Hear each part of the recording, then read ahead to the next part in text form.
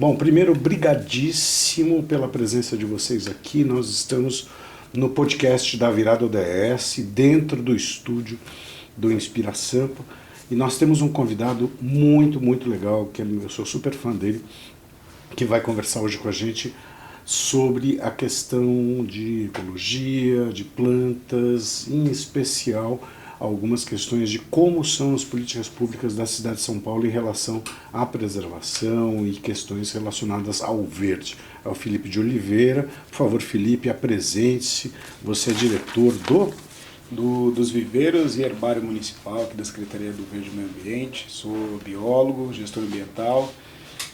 Estou há 2 anos aí à frente dessa maravilhosa divisão, né, que é a divisão dos viveiros de produção municipais, né, e o Herbário Municipal, que realiza aí as pesquisas e a produção de mudas para toda a municipalidade. A gente tem debatido bastante a questão do bioma da cidade de São Paulo. Já tive a oportunidade de ouvir você falando e já tive a oportunidade de convidar você para falar sobre isso. Sim. Na Virada ODS. Fala um pouquinho sobre, só para a gente esquentar, essa questão de que você fala sobre a gestão da biodiversidade de uma maneira mais macro, porque a gente tem uma complexidade que se apresenta, né, que é aquela coisa meio de que biodiversidade é essa, né? Quer dizer, qual é esse marco temporal, qual é a natureza originária da cidade de São Paulo? Como é que você entende isso? Sim. Porque eu acho que um ponto principal, né, em relação a isso é que nem você comentou, né, é o marco temporal, né, de quando é que a gente está falando sobre a cidade, né, a cidade vista dos olhos dos portugueses quando chegaram aqui, ou é uma vista da cidade anteriormente a isso, né, antes da urbanização ou é pós-urbanização, né, qual que é o nosso objetivo?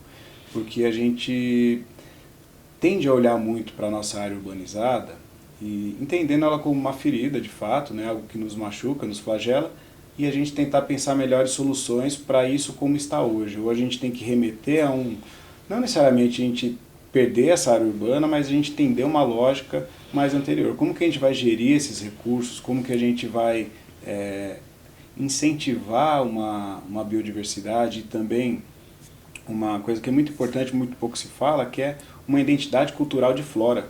Né, que a gente sempre O que é uma identidade cultural de flora? Vou trazer um exemplo. Quando a gente vê uma cerejeira, por exemplo, a gente remete a qual nação? Japão.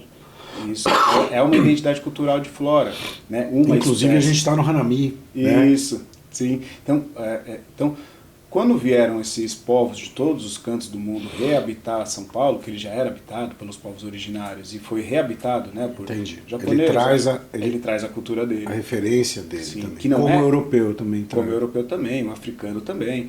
Não é errado por parte deles.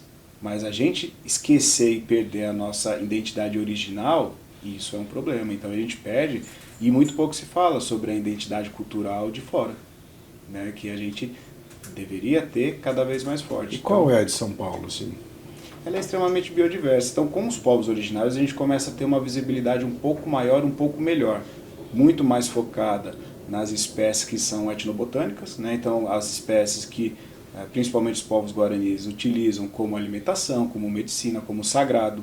E o sagrado pode se entender de algo para se realizar, algum procedimento sagrado, vamos dizer assim, mais para o lado espiritualista, religioso, mas também algo que é fundamental para a construção de casa, de canoa, que seja o caso, assim, não necessariamente mas no geral ela tem uma fundamentação de utilização, né? Se a gente for trazer para o sagrado, tudo é sagrado para os povos originários. Então a gente tem muito mais próximo deles alguma relação mais direta com isso, porque se a gente for pensar a quantidade de etnias que a gente tinha no Brasil, mas principalmente em São Paulo, ela é muito grande. Eu me lembro de uma frase, eu acho que tem a ver com isso, uma frase do Krenak, que o Krenak chega e fala assim, né, que ele olha para o entrevistador dele e fala assim: você acha que quando vocês chegaram aqui a gente já não estava mexendo nas plantas?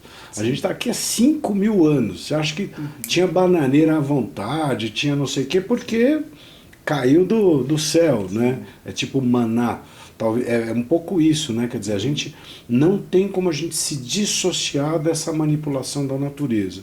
Sim. E eu acho que é muito legal você falar sobre isso, porque tem uma coisa meio do Rousseau, do mito do bom selvagem, aquela coisa, né, que assim, que é uma natureza intacta. Não, a gente é biodinâmico com ela, a gente faz parte dessa natureza. Então, parte dessa natureza é a gente pegar coisa, parte da natureza é a gente manipular isso daí, parte dessa natureza é a gente trazer, né? Vem a mandioca, né, cara? Pô, mandioca salvou milhares de anos aí a nossa civilização. Então, tem esse processo, é isso? Totalmente. A gente pode referenciar pela alimentação, por exemplo, né? Então a gente começa a observar, por exemplo, a cultura do milho e da mandioca. São duas culturas distintas, podemos dizer, e a gente observar na alimentação original, então vindo pelo norte, nordeste, descendo pela costa do litoral, mais a cultura, se eu não me engano, é da mandioca, e a do milho ela vindo mais aqui no eixo Chile, e ela chega ao sul. É isso mesmo. E aí você tem já a cultura do pinhão, já no sul, nos pampas. Então, pela alimentação você consegue referenciar. Tem espécies botânicas que ela tem uma referência muito direta aos povoamentos que foram acontecendo, aos aldeamentos que eles vão seguindo. Então, assim, a gente tem muita forma de rastrear essas biodiversidades, e a gente tem uma visão da mata, né, como algo, o paraíso, o Éden. Isso. E é uma coisa que Deus fez assim. E não necessariamente, porque é isso, é uma manipulação constante dos povos originários. Então, há quem diga, eu acredito muito, que a floresta amazônica, a Mata Atlântica e tudo mais, foram ambientes plantados. Eu já ouvi nesse papo também. E eu acredito, porque aí o pessoal... E aí se a gente não entende que é um ambiente plantado, o que é o problema disso? Se eu deixar ele sozinho aqui, ele vai se recuperar. Deus vai prover novamente. Não, você tem que ter uma ação ativa, né? Você tem que ser ativo e não passivo para recuperar o que foi perdido. Senão a gente vai acreditar que sozinho isso vai se recuperar. E não é uma realidade. A gente observa em vários pontos. Enfim, eu não vou trazer todos os conceitos biológicos que envolvem isso, mas isso, a gente tem que ter uma ação ativa para a gente recuperar isso. Não, e você me remete à história do piabiru também, que é um grande barato meu. Piabiru é um grande barato que eu tenho, que é, né, de você manter esse trajeto que, para quem não sabe, Piabiru é uma trilha que não é uma trilha, são intrincadas trilhas que conectam desde o sul de Santa Catarina até Cusco, no Peru, passando por São Paulo. Aqui na Ladeira da Memória passa o Piabiru, né? E os indígenas, na época, eles plantavam deliberadamente plantinhas que são como se fossem gramíneas, né? Não sei se é o termo, mas de baixa altitude, de estatura, assim, para que o caminho ficasse preservado. Então, essa manipulação é sistemática. O que eu quero entender nesse contexto é assim: São Paulo virou uma coisa gigantesca. Né? Eu não sei se vocês sabem, né? Quer dizer, São Paulo no século XIX era um vilarejo. Né? São Paulo não é que nem Salvador, que Salvador em 1550 era uma potência. Né? Rio de Janeiro, a gente era um vilarejo, né? Né? Do pessoal de pé rapado, né? Quer dizer, que fica, né? Todo enlameado e tal. E em 100 anos, de 1850 a 1950, São Paulo vira potência brasileira. Em 100 anos, aí, junto com, sei lá, Revolução Industrial, migração, um monte de coisa e tal. E hoje, até estava conversando com o Felipe, a gente tem que lidar com um passivo que não é todo mundo. Eu acho que nós somos a cidade que tem um passivo mais complicado no Brasil, porque assim, são os rios que estão cheios de problema, são áreas invadidas dentro dos mananciais, ou seja, tem um monte de problema que a gente tem que lidar, e não dá para a gente lidar com isso no varejo, a gente precisa lidar com isso no atacado. E eu queria entender um pouco, né, como é que funcionam esses impactos, né, positivos, pelo menos, da questão da gestão pública na hora de intervir numa cidade dessa dimensão. Como é que são essa questão, né, dessa dimensão do trabalho que precisa ser feito numa cidade como São Paulo e que pode gerar algum tipo de resultado positivo aí no nosso cenário eco. Não nem sei o nome, como é que fala? É ecológico, né? Ecológico. Acho que um ponto principal ali é a gente entender essas problemáticas que a gente tem, e até a questão ambiental, que muito quando a gente vai falar de ambiental, o pessoal vai perguntar para você, o que é ambiental? Vai te remeter, primeira coisa, à área verde, né, planta. E não necessariamente, né, também, mas é uma coisa que é uma construção que envolve inclusive o social, porque o ser humano quer se destacar da natureza, né? O ser humano não faz parte, ele faz parte da natureza. Então, se a gente vai falar de meio ambiente da natureza, a gente está falando também do ser humano. como ele age, como ele reage, como ele interage. Porque quando a gente trata da ecologia, a gente vai falar de oikos, casa, né, e logia, entendimento, né, o conhecimento sobre o fluxo da casa, os hábitos, os habitats, os nichos, e o ser humano está inserido dentro disso. Por mais que ele consiga construir habitats novos e nichos novos, ele também está inserido. Então, como que a gente integra e conecta todas as áreas que a gente tem hoje, pensando em questão de prefeitura, que são secretarias, né, que vão cuidar de cada caso específico? É exatamente isso que eu quero saber.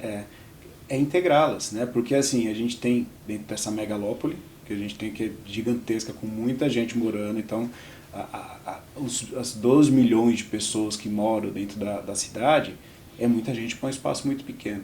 Né? Eu tenho comentado que uma das coisas que eu tenho... Porque você vai em um monte de evento, eu também vou em um monte de evento, e aí você vê que tem um monte de gente engajada.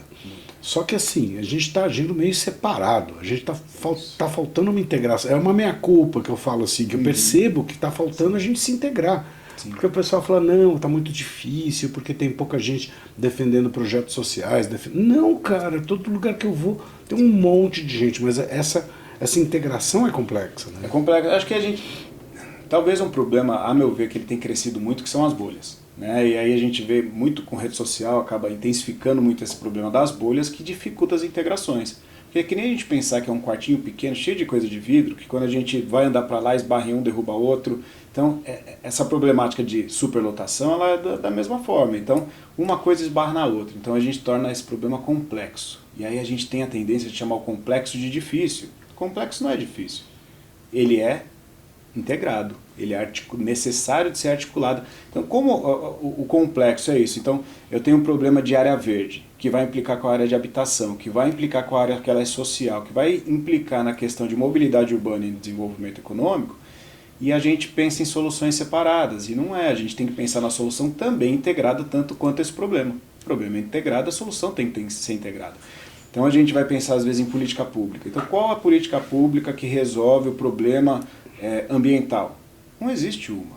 Todas elas que tem em cada uma das secretarias tem que começar a se conversar um pouco mais. Porque todo o objetivo final dessas políticas públicas é o bem-estar social, é a melhoria de qualidade de vida humana.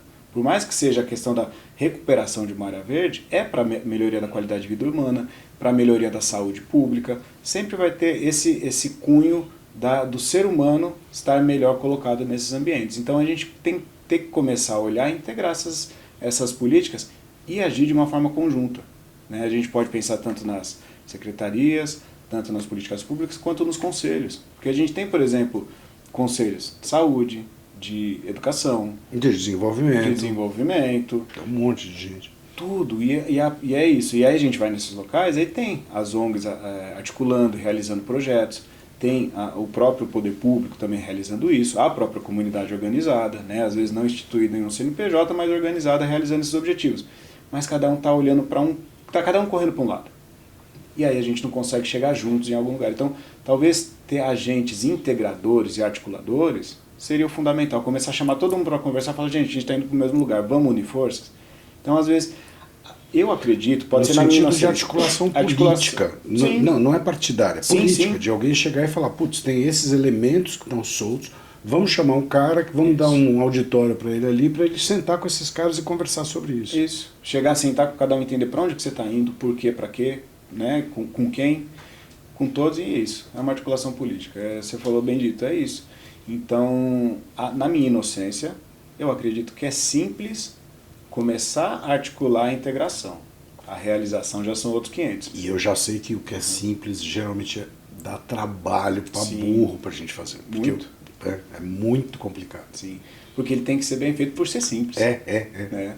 Então é que nem você falava, fazer um arroz e feijão, mas um bom arroz e feijão ele é difícil de ser feito, né? É o simples, é o mais básico possível, mas ele tem uma dificuldade de boa execução, por ser simples. Eu tenho uma pergunta para você também, que é uma coisa que... Eu tenho uma amiga muito querida que me apresentou uma vez uma ONG, que era uma ONG só dedicada a bicho feio. E aí é uma provocação interessante. Ela falou assim, cara, tá todo mundo preocupado com o panda, mas aquele morcego horroroso, horroroso, pelo amor de Deus, né? Aquelas figuras, né? Uns animais meio que você olha e fala assim, você não quer abraçar, né? Um morceguinho, vou abraçar e tal. E isso daí também tem um pouco de impacto, essa percepção que a gente tem da natureza, né, do pandazinho, que não serve pra porcaria nenhuma, né? Quer dizer, desculpa pessoal dos pandas, mas realmente o bicho não consegue nem se reproduzir sozinho, o cara tem que passar videozinho, né, tutorial para ele se reproduzir, né? Mas a gente percebe também isso acontecendo dentro da nossa percepção do que é natureza, ou seja, na hora que eu pego e eu construo um jardim europeizado, na hora que eu boto grama, na hora que eu não percebo esse ambiente ao meu redor, como é que funciona isso? Sim, esse dos animais o pessoal tem um apelido que fala que é a fofofauna. Fofofauna, O pessoal perfeito. gosta de preservar a fofofauna, mas e o restante, né? E o restante da fauna, né? Exato. Mas sim, né, com a questão da flora, né, tem muito disso, né? Então tem desde a questão do que a gente estava falando da identidade cultural, né, que a gente tem em relação à flora, mas tem também, eu acabo trazendo bastante pela visão que a gente importou de mundo, né? Então a gente tem esses jardins europeizados, né, os jardins europeus, né, que eles têm ali uma função de demonstração de poder e força, né, sem entrar nesses pormenores, né, e a gente acaba copiando e replicando isso sem entender o que está acontecendo, né, sem resgatar os valores que a gente tem, principalmente do que a gente cultiva, porque a gente cultiva pela estética às vezes, muitas vezes. E não quer dizer que uma planta que seja funcional, ou seja, que ela pode me ser um alimento, que ela pode me ser uma medicina, ela não é bonita também, mas a gente está acostumado a ver alguma coisa que nos disseram que é belo e bonito, porque a estética ela é contestável, né? Cada um tem a sua visão de estética, o que é bonito para um às vezes pode não ser para outro. Eu tenho um amigo que de uma vez eu estava passeando na feira com ele, feira livre, que eu adoro, não sei se você gosta, gente, vão à feira livre que é muito legal. E aí ele olhou para mim, ele é de uma cidade do interior, e ele viu vender em goiaba. Ele olhou e falou, cara, quem compra goiaba? Eu falei, pô, eu fiquei até ofendido porque eu gosto de goiaba. Então, eu falei, mas cara, goiaba a gente pega. Então, quando ele falou isso, eu voltei lá no passado, quando eu tinha 10, 12 anos, no meu bairro e tal, e eu me lembro que tinha um monte de árvore frutífera, mas teve uma mudança nos últimos 50 anos, não teve? Felipe, teve alguma mudança disso? Você sabe alguma informação disso? Alguma informação prática não, mas eu posso também coletar pela minha experiência de vida, assim, mas é o quanto... Eu não quero cair em teoria de conspiração nenhuma, tá, Lê? Mas o quanto que a gente acaba, com o tempo, e talvez, aí eu vinculo muito talvez uma exploração comercial, onde tudo é negativado do que você próprio produz. Então assim, a planta que você produz em casa, ela não vai ser boa para comer, ela pode estar contaminada ou boa mesmo, é a que vem do mercado. E aí você começa a distanciar as pessoas do que ela pode fazer por si. Do fazer, do sustentável, você da deixa de ser um homo fabris e você passa a ser um homo consumidor de coisas. Isso, então você tendencia ao consumo.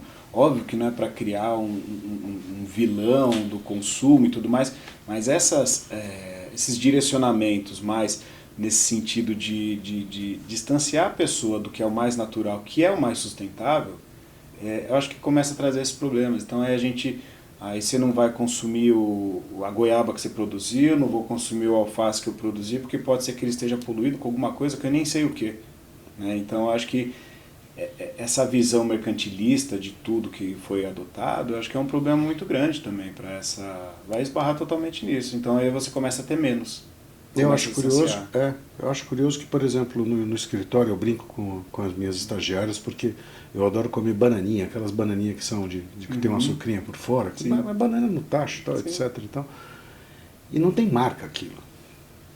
É bananinha. É só bananinha. É bananinha. E elas acham super estranhas. As estagiárias não gostam, não comem, etc. Porque não tem marca aquilo. Sim. Né? Deixa eu te fazer uma pergunta bacana, que é a seguinte. A gente está pensando em como você é o pai do berçário ali, né? É o cara que está cuidando ali da maternidade ali das plantas. A gente tem espécies específicas de árvores e arbustos que a gente está tentando buscar para poder fazer um repovoamento da cidade de São Paulo, ou repovoamentos, porque cada lugar é diferente. Como é que é isso daí? Existem algumas plantas que a gente está de olho especificamente? Sim, eu vou trazer um grupo de plantas, né, que são as nativas do município de São Paulo. A gente tem falado muito sobre resiliência, sobre espécies resilientes e as espécies que são nativas do município, e aí a gente vai falar daquele marco temporal. Quando chegaram aqui há mais de 500 anos, as espécies que já eram nativas desse local, elas passaram por diversas eras climáticas. Então elas resistiram, foram resilientes. Então as que aqui foram encontradas são as espécies que... Sobreviventes, são as resilientes. Pegou fogo, depois teve gelo, sei lá. Esfriou, mudou geologicamente. Os indígenas mexeram. Essas são Elas são as resilientes. Então esse grupo que a gente chama de nativas do município de São Paulo, e aí às vezes as pessoas vão achar que falar, não, são poucas espécies. Não, não são poucas espécies. Só de espécies arbóreas e palmáceas e arvoretas, a gente, na última listagem que foi publicada pelo Herbário Municipal, são 674 espécies de arbóreas e palmáceas diferentes. Ixi. Só dentro do município. Então tem uma grande quantidade. Então a gente tem, por exemplo, o viveiro Herblossfield, que ele é um especialista em produção de palmáceas e arbóreas.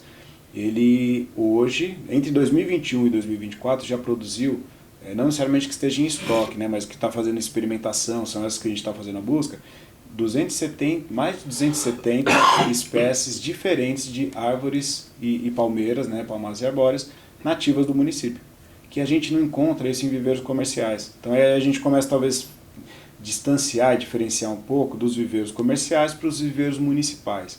Por quê? O viveiro comercial ele vai ter uma visão de negócio, óbvio, né? Ele tem que lucrar com aquilo que ele está produzindo. E aí então uma espécie nova, que você não conhece muito bem como é uma técnica de cultivo, quanto tempo que vai ficar em espera, eu vou ter demanda para me comprar essa espécie, ele não vai talvez produzir, geralmente ele não produz essa espécie. Como o viveiro municipal ele é público, não prevê lucro, a gente só prevê o objetivo. Então eu preciso de espécies que são daqui e vou desenvolver técnicas. Então a gente tem um guia, né, de sementes do viveiro Herblossfield, que a gente finalizou ele agora, que traz a experiência de mais de 60 espécies para se fazer o cultivo e a germinação de espécies nativas da Mata Atlântica, não, do município de São Paulo, consequentemente da Mata Atlântica, mas também um pouco de Cerrado. E aí a gente faz essa produção dessas espécies nativas do município. Isso é um primeiro, né, um piloto que a gente fez com palmáceas e arbóreas, e a gente está expandindo isso para as herbáceas e arbustivas também. Então a gente está nessa busca desse... Porque qual que é a maior dificuldade ali?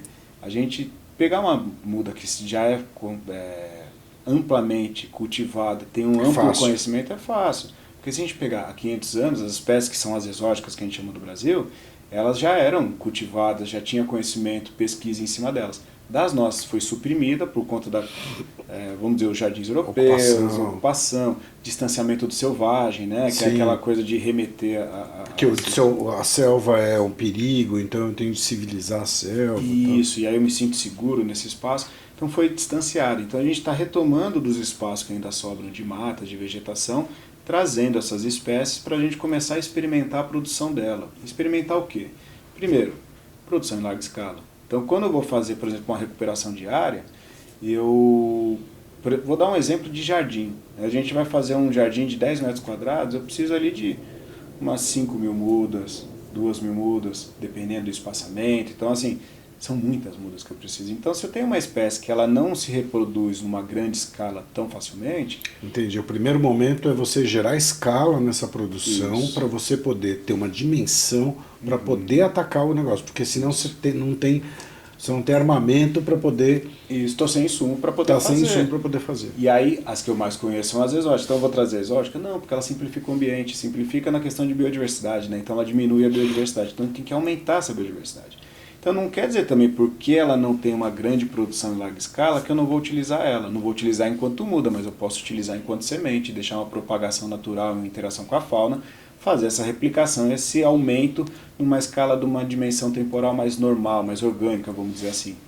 Então, o que são esses desafios? Então é ter essas espécies para poder ofertar, porque não adianta eu fazer também um belo plano de recuperação ambiental, falar de todas as espécies que têm que ser utilizadas, e eu não consigo encontrar em lugar nenhum, porque senão ele não vai ser realizado. Então a gente, lá nos viveiros municipais, né, a gente está trabalhando na base, que é a preparação e a geração do insumo.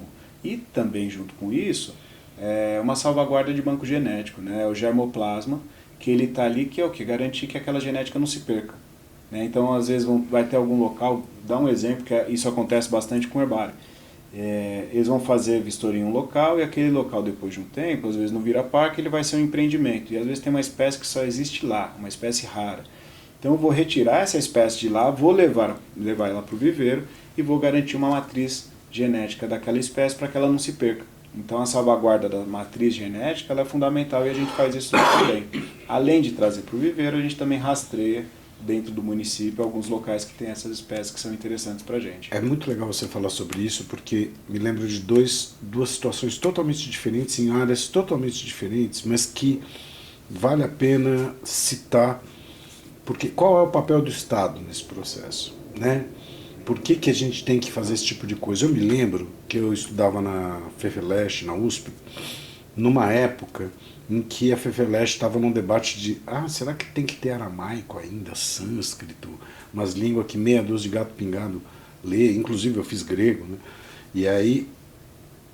E o diretor na época, que era o João Alexandre Barbosa, um baita do intelectual, ele falou assim, é para isso que o Estado serve, para manter essas culturas e essas tradições. É porque se a gente deixar o mercado cuidar disso, o mercado vai cuidar da grama, né, da palmeira não sei o que, do ipê que não sei o que lá, ou seja, dessa meia dúzia de coisas que poderia vender numa loja de materiais para construção, dentro desse imaginário que esse cara tem do que é meio ambiente, do que é.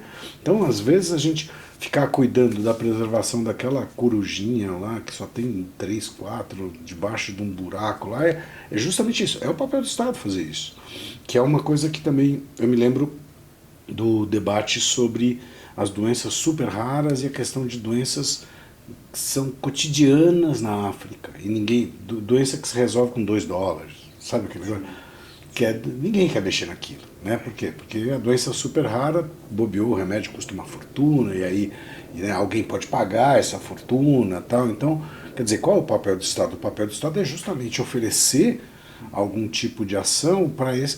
Tem a ver com isso, não tem? Total. Vou até fazer um paralelo com os GTs que a gente estava trabalhando da construção do plano de educação ambiental e tudo mais. Que ali me caiu muito a ficha desse papel do Estado, onde a gente estava falando sobre a questão de o que você faz em relação à educação ambiental no seu dia a dia e tudo mais.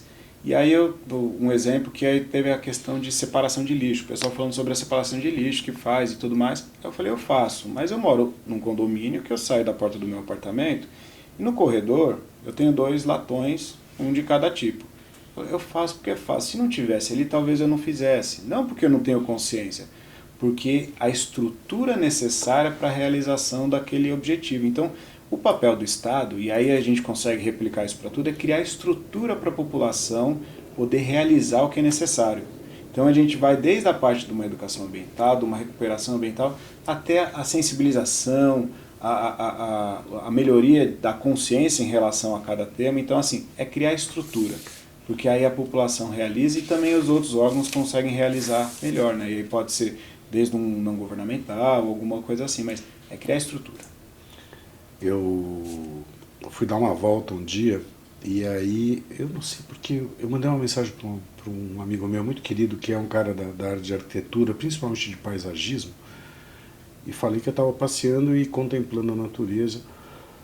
E aí ele chegou para mim e falou, não, minha professora, tal, Catarina, chama isso de contemplação paisagística, alguma coisa assim, tal.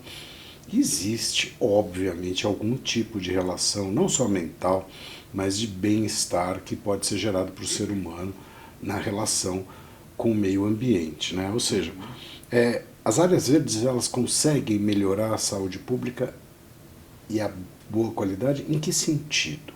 A gente pode pegar em vários sentidos, assim. A gente pode pegar desde uma parte mais direta, que é a melhoria de índice. Então a gente for assim, bem no contraste, né? A gente vai falar assim, melhoria de qualidade do ar, diminuição da quantidade de carbono na atmosfera, então temperatura, umidade relativa do ar. Então a gente pode ir para um ponto mais direto.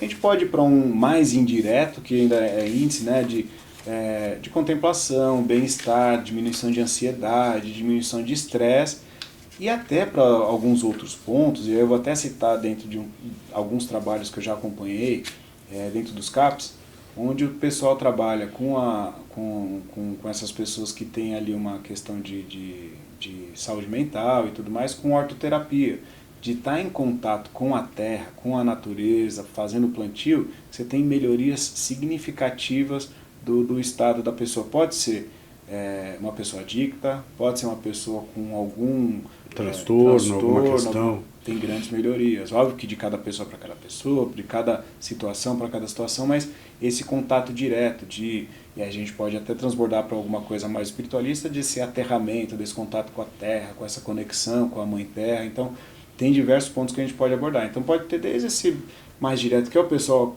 costuma referenciar mais isso. Números. Baixou a temperatura, melhorou isso. Carbono e tal. E a qualidade, ela acaba tangenciando outros pontos que eles são mais transversais, que eles se refletem em diversos outros pontos também. Maravilha. Estava pensando aqui que, assim, o pessoal fala sobre ESG, ODS, né, essa coisa de esses novas maneiras de enxergar um pouco a sociedade. Eu vejo assim que eu uma vez comparei, eu estava falando sobre que antigamente a gente media a qualidade de um produto ao final dele, né? Então, assim, esse daqui é um negócio legal porque o desenho tá bom, ou seja, o design, a qualidade, o gostosinho, e por aí vai. E agora com os ODS e com a questão do ESG, a gente entende a qualidade como ela é espalhada no todo o processo, né? Que vai desde o momento que isso aqui é criado até o momento que isso aqui é descartado, e aí vai virar outra coisa e por aí vai.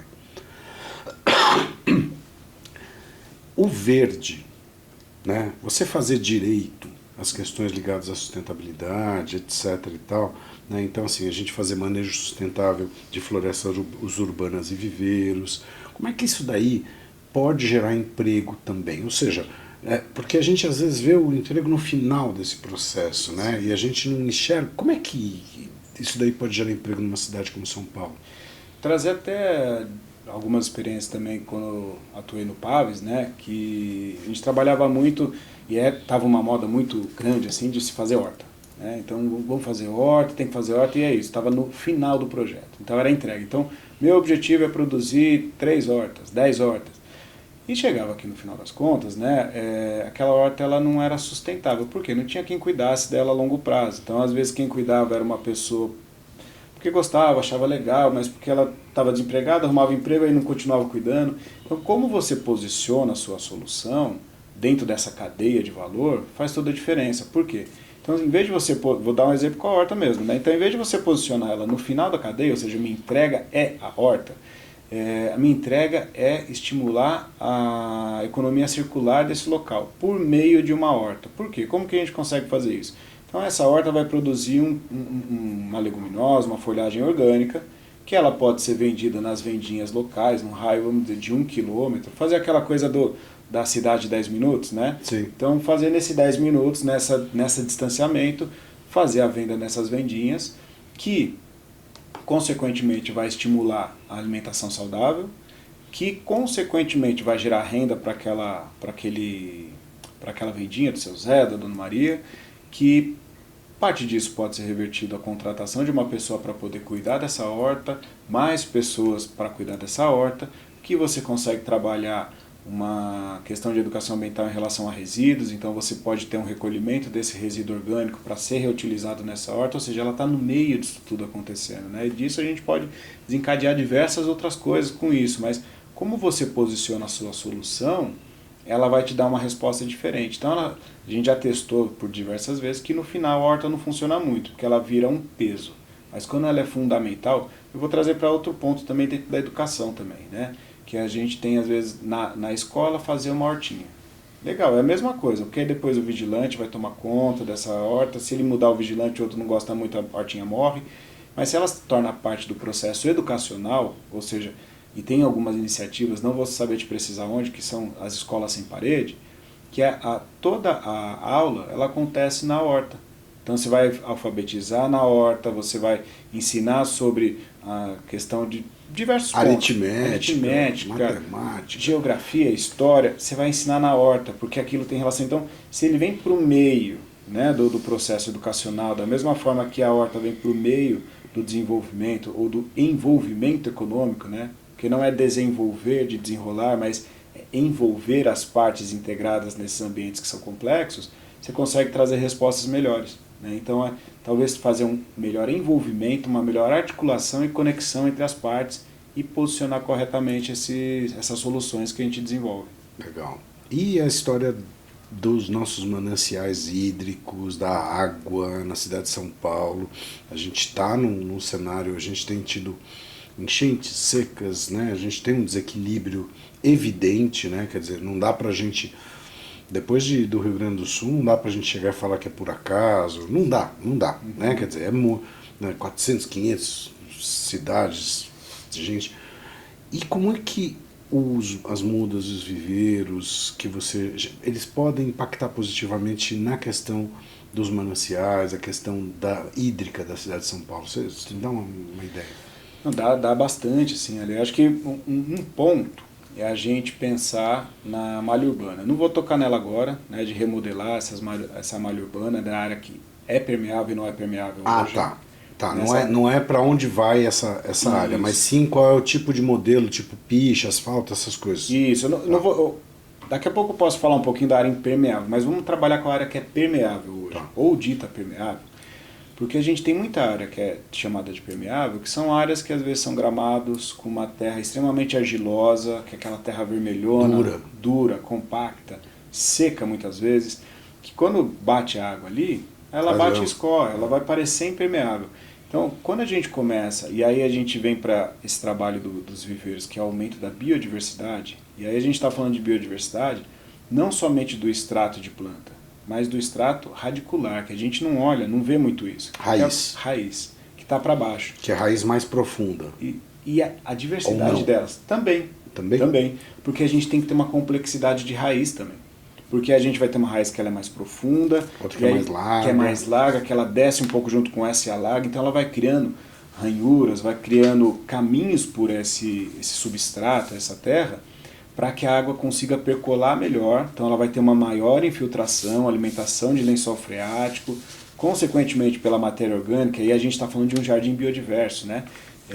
A matéria orgânica naquele solo vai reter mais umidade naquele solo, aí a gente pode pensar, por exemplo, numa nascente, um olho d'água que está mais ajusante daquele local, vai ter uma continuidade maior de oferta de água, ou seja, a vazão daquela nascente, daquele olho d'água, ela não vai se encerrar quando parar de chover. Parou de chover, durante o período de seca ela continua minando água, talvez numa vazão um pouco menor, pode ser que sim, mas ela tem continuidade.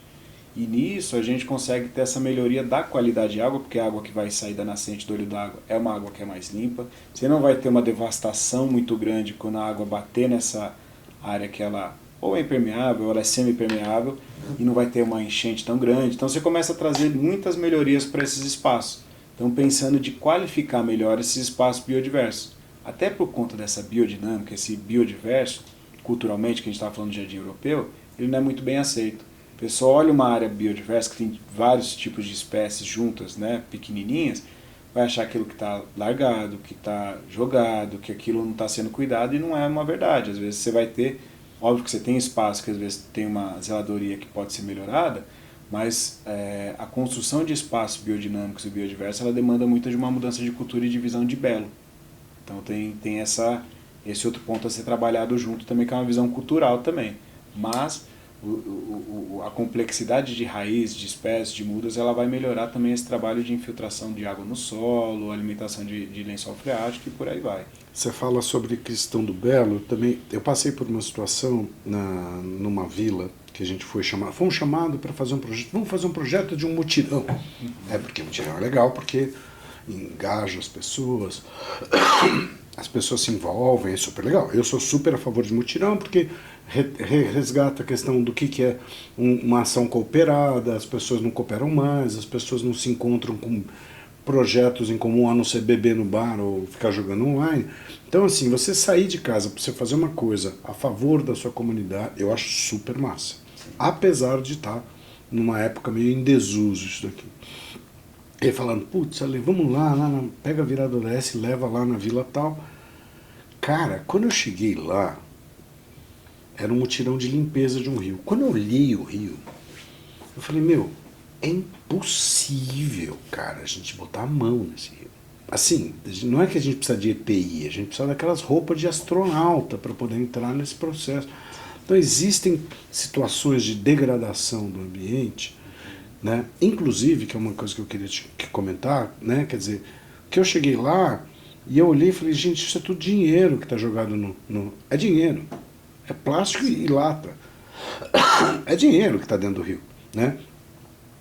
E eu pergunto para você assim, como é que você vê o papel dos viveiros e das mudas dentro de um impacto em áreas mais degradadas?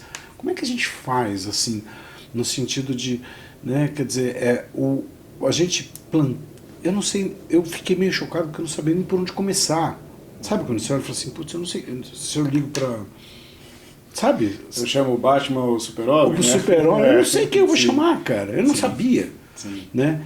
Assim, a questão do plantio, ela pode fazer um processo de reversão, por exemplo, que nesses parques lineares que o pessoal vai retomando. Como é que funciona isso daí? Vocês têm algum conhecimento disso?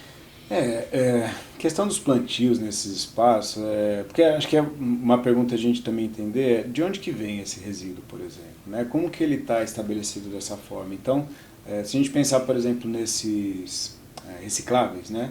Eles não necessariamente eles estão chegando às vezes pelas bordas ali, pelas APPs, vamos dizer. Às vezes às vezes você tem uma água pluvial que vai cair numa boca de lobo, que vai cair num conduto, que vai levar diretamente para lá.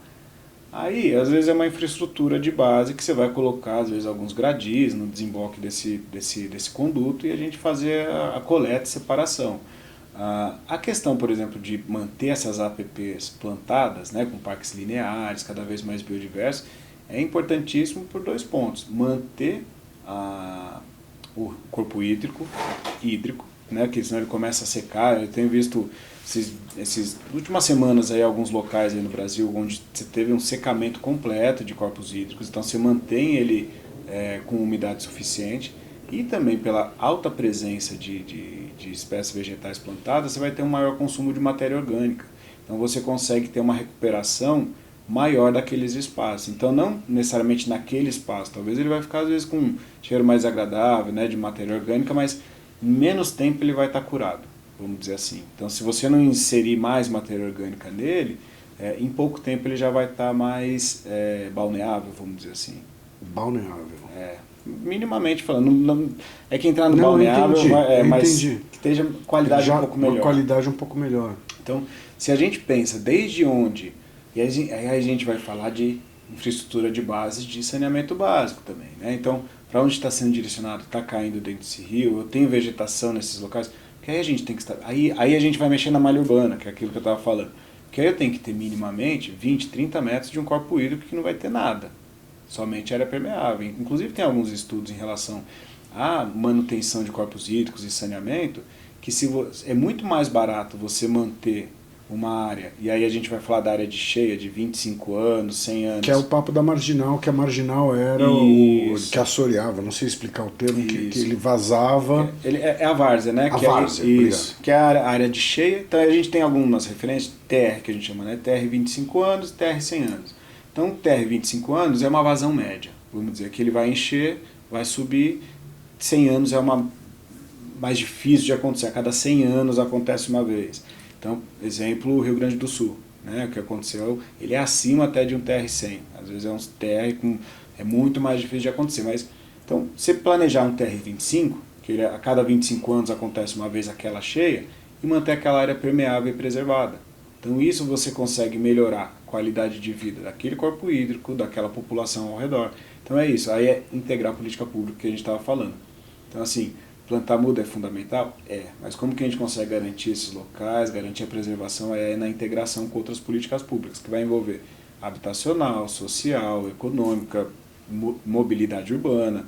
Então a gente vai envolver outras políticas em conjunto com essa. Então, eu lá nos viveiros estou trabalhando nessa base, né? Então, a base de produzir o insumo, trazer um entendimento talvez um pouco mais aprofundado nessas relações para a gente começar a compartilhar e estar presente nessas rodas de troca para a gente trazer alguns caminhos, alguns direcionamentos que façam mais sentido para a cidade, em conjunto com as necessidades desses outros setores também. Porque é isso, a gente tem que dialogar, integrar, entender o que dá para fazer aqui, até onde vai ali, mas aí os viveiros eles estão na base, os viveiros e o herbário, né? Não esquecer do herbário, que é a parte mais de pesquisa mesmo, assim, de entendimento.